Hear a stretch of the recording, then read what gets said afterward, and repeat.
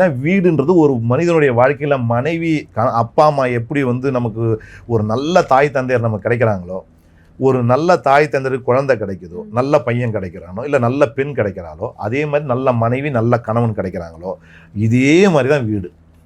பல பேர் தெரியும் இல்லையா, சொந்த வீடு வச்சிருப்பாங்க, ஆனால் அவன் வாடகை வீட்டில் இருப்பான்.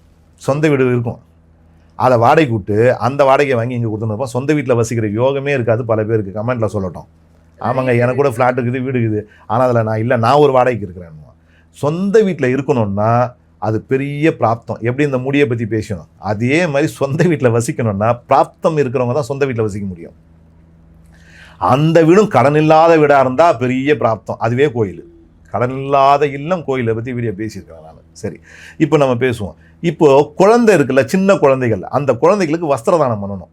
ஏதாவது கஷ்டப்படுற குழந்தைங்களுக்கு வஸ்திரதானம் பண்ணின்னு வந்தோம் அப்படின்னா, வஸ்திரம்னா என்ன, அதுங்க போடுறதுனா பொம்பளை குழந்தையாக இருந்தால் ஒரு 500-600 ரூபாய்க்கு ஒரு